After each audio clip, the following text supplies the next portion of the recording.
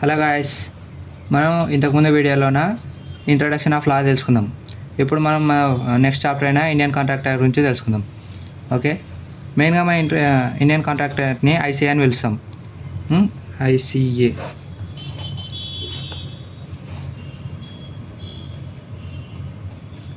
ఇది 1872లో ఇంట్రడ్యూస్ చేసినారు. ఓకే, దీంట్లో మెయిన్గా 2 టైప్స్ ఆఫ్ సెక్షన్స్ ఉంటాయి. వీడియోలో చూస్తున్నట్టు 1 నుంచి 75 వరకు నార్మల్ సెక్షన్స్ ఉంటాయి, అంటే నార్మల్ పీపుల్ నార్మల్ కాంట్రాక్ట్స్కి అప్లై అయ్యే సెక్షన్స్. నెక్స్ట్ 124 to 238 వరకు స్పెసిఫిక్ కాంట్రాక్ట్స్ ఉంటాయి. ఈ స్పెసిఫిక్ కాంట్రాక్ట్స్లోన ఎక్కువగా ఫినాన్షియల్కి సంబంధించిన కాంట్రాక్ట్స్ అనేటివి చూస్తాము. Like bailment, pledge, next agency, like that.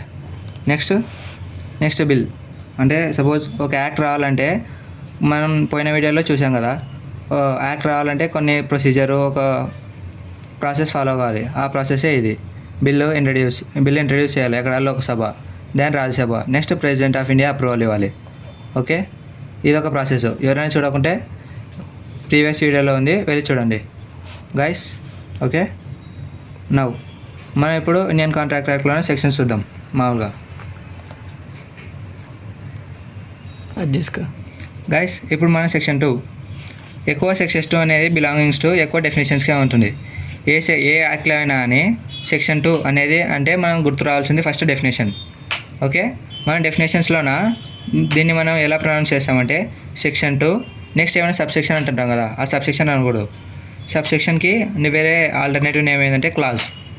అంటే section 2 clause H, section 2 clause A, section 2 clause B. Suppose మనం ఇక్కడ చూద్దాం, సెక్షన్ 2 ఇలా ఉంది నార్మల్గా. దీనికి ఏమైనా సబ్ క్లాజ్ ఉందనుకో, clause S, section 2 clause 5, like that. Okay, next మనం ఇప్పుడు కాంట్రాక్ట్లోకి వెళ్దాం.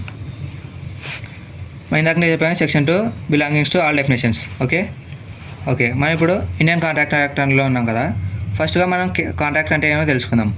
ఓకే, కాంట్రాక్ట్ ఇది సెక్షన్ 2 క్లాజ్ హెచ్కి అందులో ఉంటుంది. an agreement which is enforceable by law. Okay, అంటే మనకు నార్మల్గా అగ్రిమెంట్స్ అంటే ఏమో తెలుస్తుంటాయి కదా, బయట చూస్తూ ఉంటాం. ఎన్నో అగ్రిమెంట్స్ చేసుకొని అదే కాంట్రాక్ట్ తీసుకుంటాము అని బయట చెప్పుకుంటారు. కానీ కాంట్రాక్ట్ యాక్ట్లో వచ్చే తలకి కాంట్రాక్ట్ అంటే ఏ అగ్రిమెంట్ ఉండాలి, ఆ అగ్రిమెంట్ అనేది ఎలా ఉండాలి, లీగల్గా ఉండాలి. ఓకే, అంటే enforceable by law. Okay guys, ఇప్పుడు మనం కాంట్రాక్ట్ చూసాం కదా, a contract agreement enforceable by law. ఓకేనా, ఇప్పుడు ఇందాక మనం కాంట్రాక్ట్ అంటే ఏమో తెలుసుకున్నాం కదా. సింపుల్గా దీన్ని ఎన్ఫోర్సిబుల్ బై లా ఉంది కదా, అంటే విచ్ ఈజ్ లీగల్ అని రాయచ్చా, లీగల్. ఓకే, అంటే అగ్రిమెంట్ అనేది లీగల్గా ఉండాలి, అప్పుడు కాంట్రాక్ట్ అవుతుంది. సపోజ్ దీని ఒక ఫార్ములా రాస్తే అగ్రిమెంట్ ప్లస్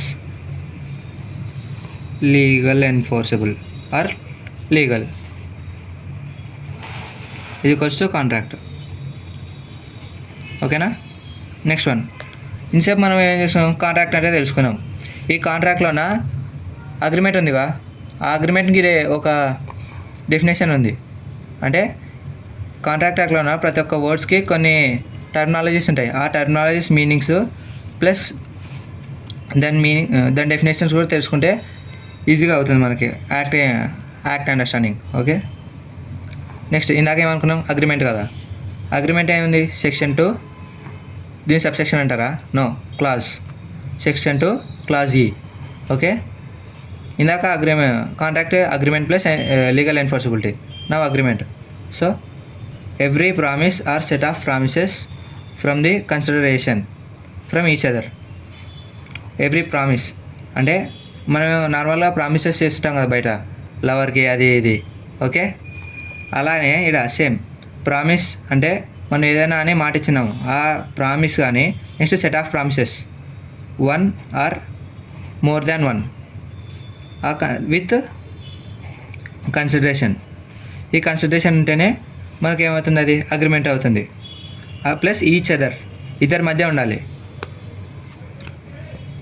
తీసుకున్నాం ప్రామిస్ అంటే తెలుసుకున్నాం, కానీ ఆ ప్రామిస్ మనం ఏం చేసినాం, మనం ఇవ్వడం అనేది, అంటే మనం మాట ఇవ్వడం, అంటే మనం ప్రామిస్ చేయడం మీనింగ్ కదా. ఓకే, అదే ప్రామిస్లోనే మళ్ళీ డివైడ్ అయినాయి. ఓకే, ఫస్ట్ వన్ ఏంటంటే ప్రపోజల్ ఆర్ ఆఫర్. ఇది సెక్షన్ 2 క్లాజ్ ఏ. తెలుసుకుందాం దీని గురించి. When some one person is signifies to another or willingness to do or abstain from doing. So ఇక్కడ వరకు చూద్దాం. అంటే to do or abstain from doing. Okay, ఒక పర్సన్ అనేది సిగ్నిఫైస్ అంటే ఐడెంటిఫై చేయడం, ఎవరిని టు అనదర్, విల్లింగ్నెస్ అంటే తన మాటలనే చెప్పడం, ఎవరికి టు డూ అంటే చేస్తాను అని చెప్పడం కానీ, లేదా అబ్స్టైన్ ఫ్రమ్ డూయింగ్ అంటే చేయకుండా ఆపుతున్నాను అని కానీ. ఓకే, ఇది 2 points. Next one, doing anything with a view of obtaining for his assent. అంటే అతను చేస్తున్నాగా అతని అసెంట్ని, అంటే అసెంట్ అంటే acceptance, obtaining for his assent, అతను చేస్తున్నాగా తన వర్క్ని, అంటే అతని ప్రామిస్ని, అతని ఆఫర్ని తను యాక్సెప్ట్ చేస్తున్నాగా. Next of that such an act కానీ ఓకే కొంచెం తన అసెంట్ని ఇచ్చేంత వరకు అది ఆఫర్ కిందకే వస్తుంది. సపోజ్ మనం ఒక ఎగ్జాంపుల్ తీసుకుందాం.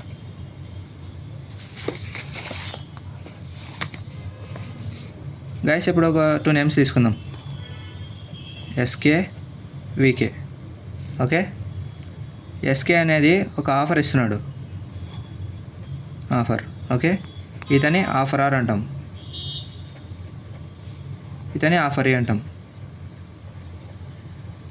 గైస్. ఓకే, వీళ్ళిద్దరి మధ్య జరిగే ట్రాన్సాక్షన్ని ఆఫర్ అంటాం. Okay, offer or proposal. ఏమని చెప్పాడు ఎస్కే, నేను నీకు కార్ సేల్ చేస్తాను అని. ఇక్కడ కార్ సేల్ చేస్తానంటే ఎస్కే ఏమిస్తున్నాడు, తనకి ఏమిస్తున్నాడు, కార్ సేల్ చేస్తానని చెప్తున్నాడు, అంటే from doing or do. Okay, ఇది ఆఫర్ అంటే. నెక్స్ట్ ఎగ్జాంపుల్కి టు డూకి అబ్స్టైన్ ఫ్రమ్ డూయింగ్ అని చదివాం కదా, from doing. Suppose let us take another example. SK, next H. నేను తనకి చెప్పా, ఎస్కేకి నువ్వు కార్ అమ్మద్దు అని. ఏం చెప్పాడు, సేమ్ ఎగ్జాంపులే. హరీష్కి నువ్వు కార్ అమ్మకు అని చెప్తున్నాడు, హరీష్ ఏమో వికేకి. అంటే ఇక్కడ ఏం చేస్తున్నాడు, హరీష్ అనేది ఆఫర్ ఇస్తున్నాడు. ఎవరికి ఇస్తున్నాడు, ఎస్కేకి. అంటే రివర్స్ ఆఫర్ ఇస్తున్నాడు. ఇక్కడ ఏం చేస్తున్నాడు, abstain from doing. Guys, abstain from doing కదా.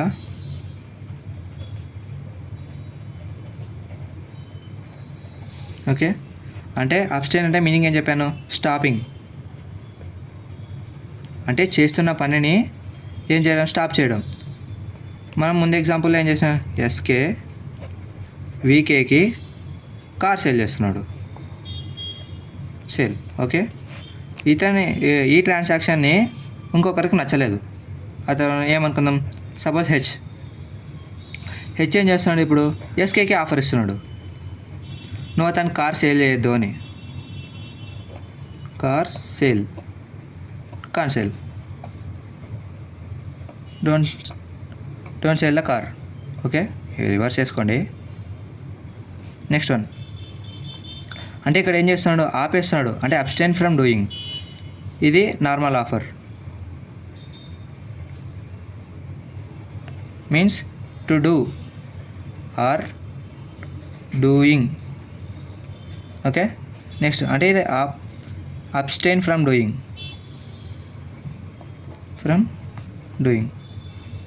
ఓకే. బేసిక్గా అంటే ఆఫర్ ఇది, అంటే the person who gives an offer to offeree is called offerer. Okay, next basic ఇది ఆఫర్. Next acceptance.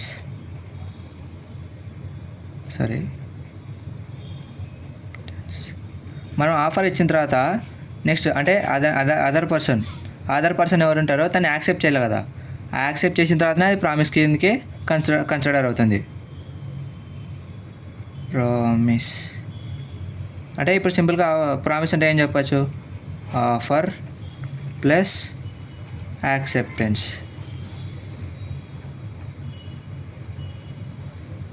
సో బేసిక్గా ప్రామిస్ అంటే ఇది.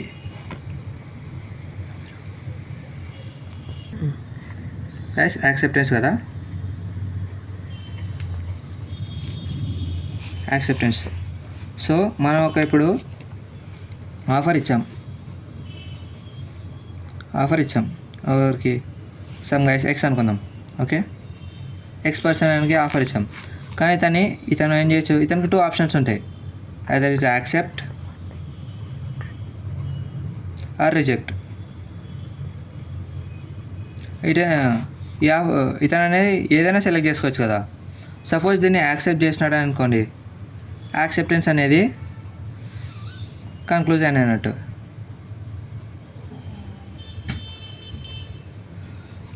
అంటే ఆఫర్నే యాక్సెప్ట్ చేసినట్టు. అప్పుడు ఏమవుతుంది, మనకి ప్రామిస్ అవుతుంది. ఓకే, అంటే ఆఫర్, యాక్సెప్టెన్స్, ప్రామిస్. ఓకే, మనం కాంట్రాక్ట్ అంటే ఏం తెలుసుకున్నాం, equals to agreement plus legal enforceable.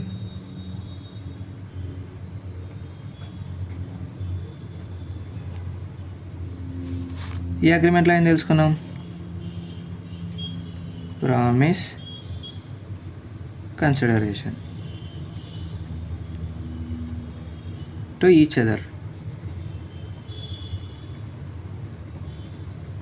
Next ఇదే ప్రామిస్లోన మళ్ళీ ఏం చేసినాము, ఆఫర్ ప్లస్ యాక్సెప్టెన్స్. ఓకే, ఇది బేసిక్గా ఇది ఇలాగా. అంటే సింపుల్గా ఇప్పుడు కాంట్రాక్ట్ అంటే ఒకవేళ సేమ్ ఒక్కొక్కటి ఫ్రేమ్ చేసుకుంటా పోతే, contract is equals to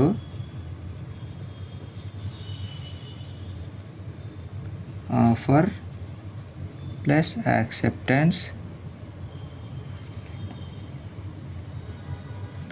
plus consideration plus legal ఎన్ఫోర్సబిలిటీ.